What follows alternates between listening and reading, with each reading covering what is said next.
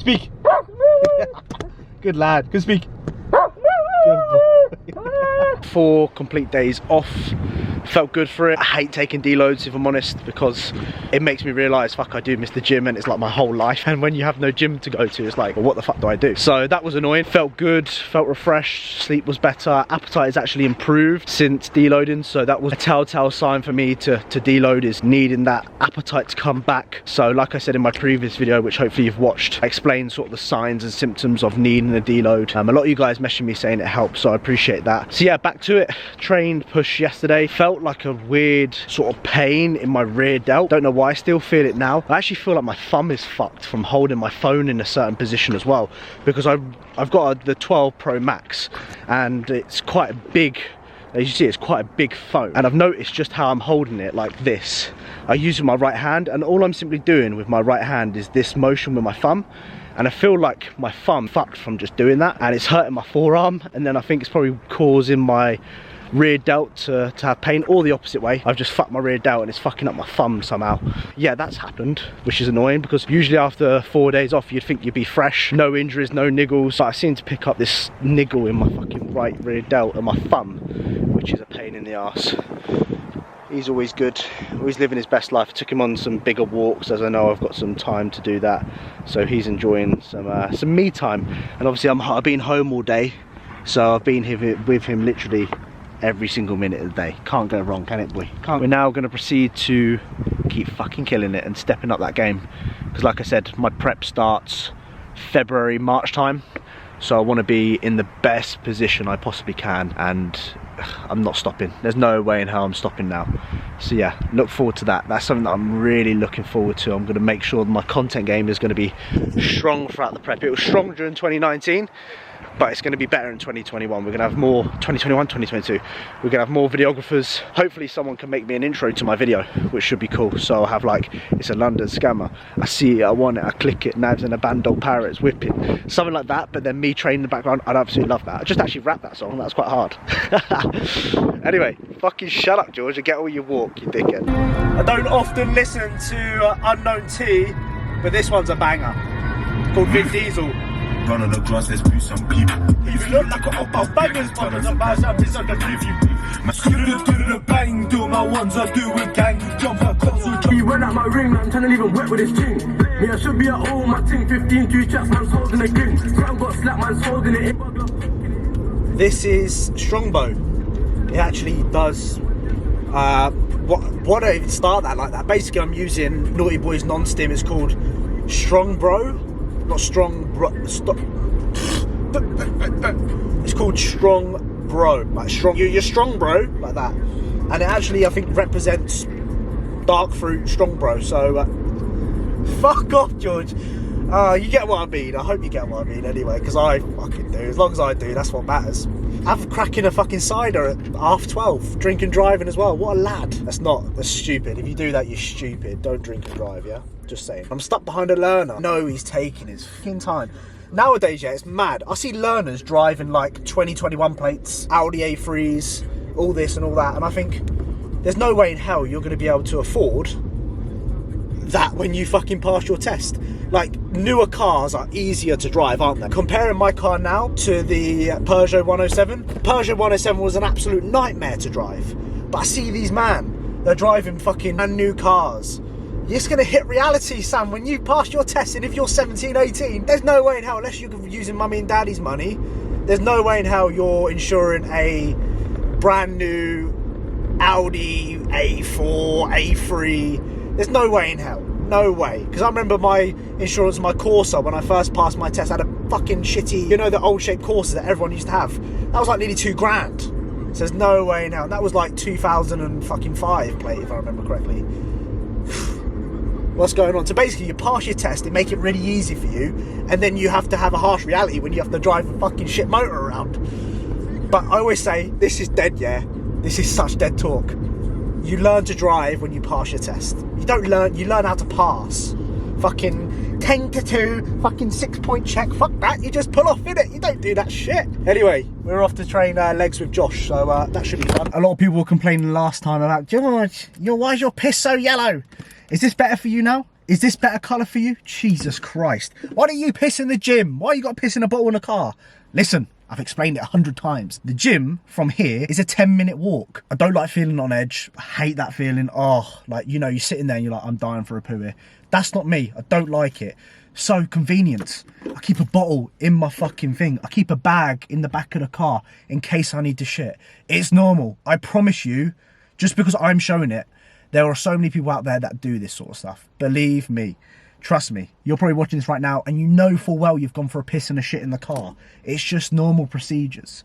I'm not going to pour it out this time. I'm actually going to put this in the bin. I'm waiting for Josh. I don't know where the fuck he is. I'm just sitting in my car really. I haven't actually checked if he's messaged me or not.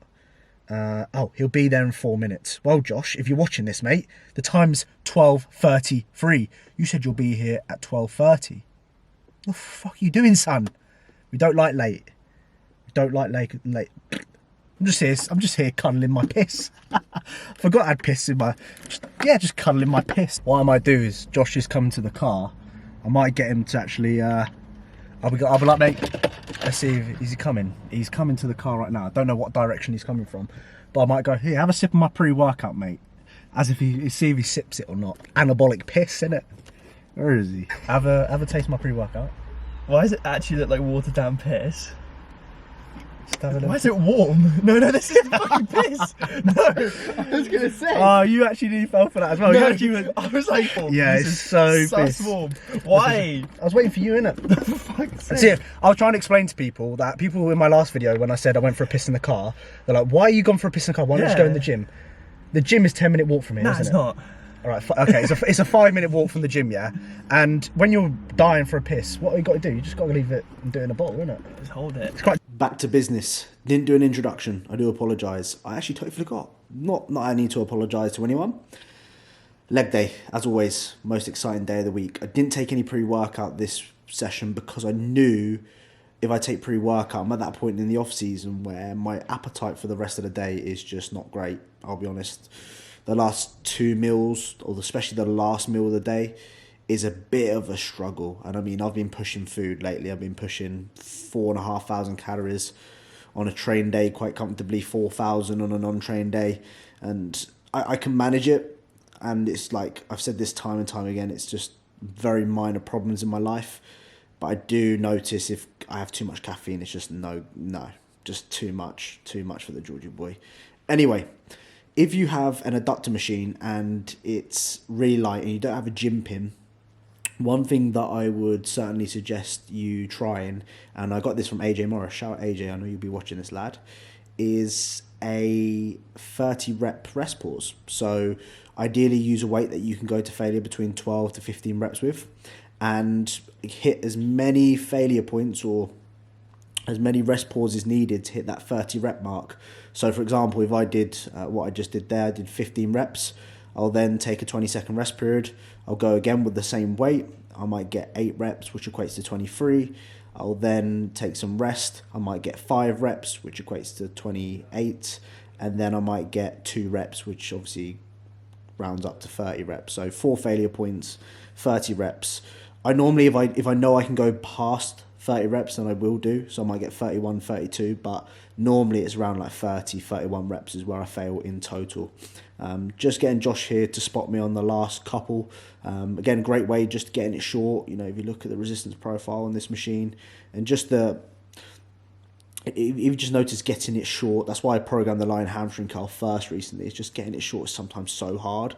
And I'd rather do a hamstring curl towards the end of my session where I can lock into the machine rather than doing this, which chances are I'm going to be rising my hips. I'm going to be using a lot of drive from my lower back. It just makes sense in my opinion to remain a little bit locked in. So that's the change that I've made recently in this leg day. Just put my line hamstring curl in replace of the seated hamstring curl, and I normally would do this second to last exercise. I've now replaced that with the seated hamstring curl.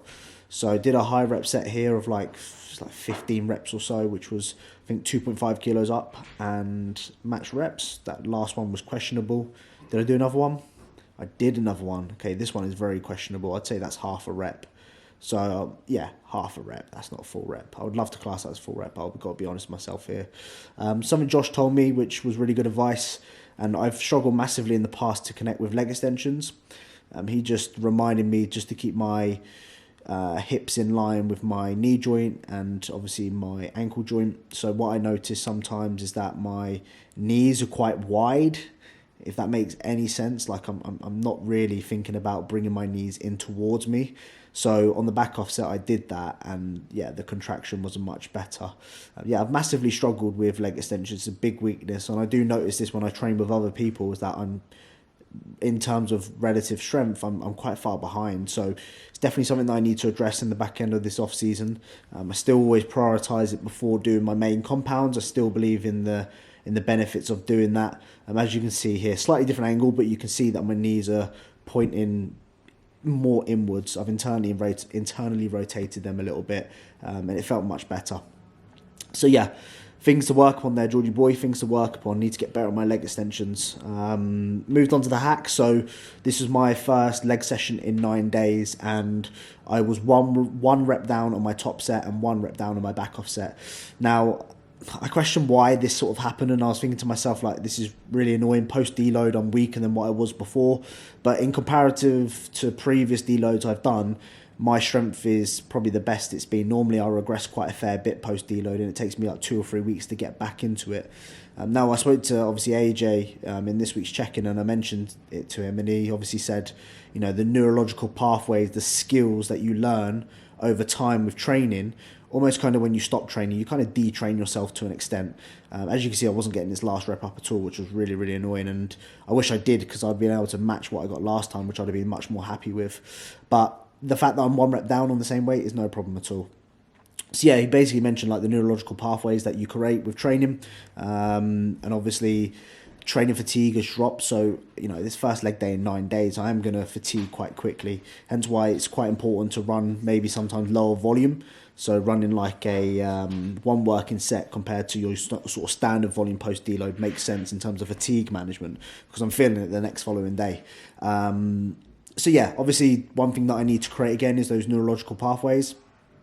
I just need to build momentum with it and just get back into the routine of it. And like I said, the fact that I am very close to where I was previously, I have no doubt next time round I'm doing this session, I'll be absolutely flying. Probably could add another rep there, if I'm honest, watching that back. But at the same time, I'm just thinking about, okay, I don't want to be absolutely in the gutters here.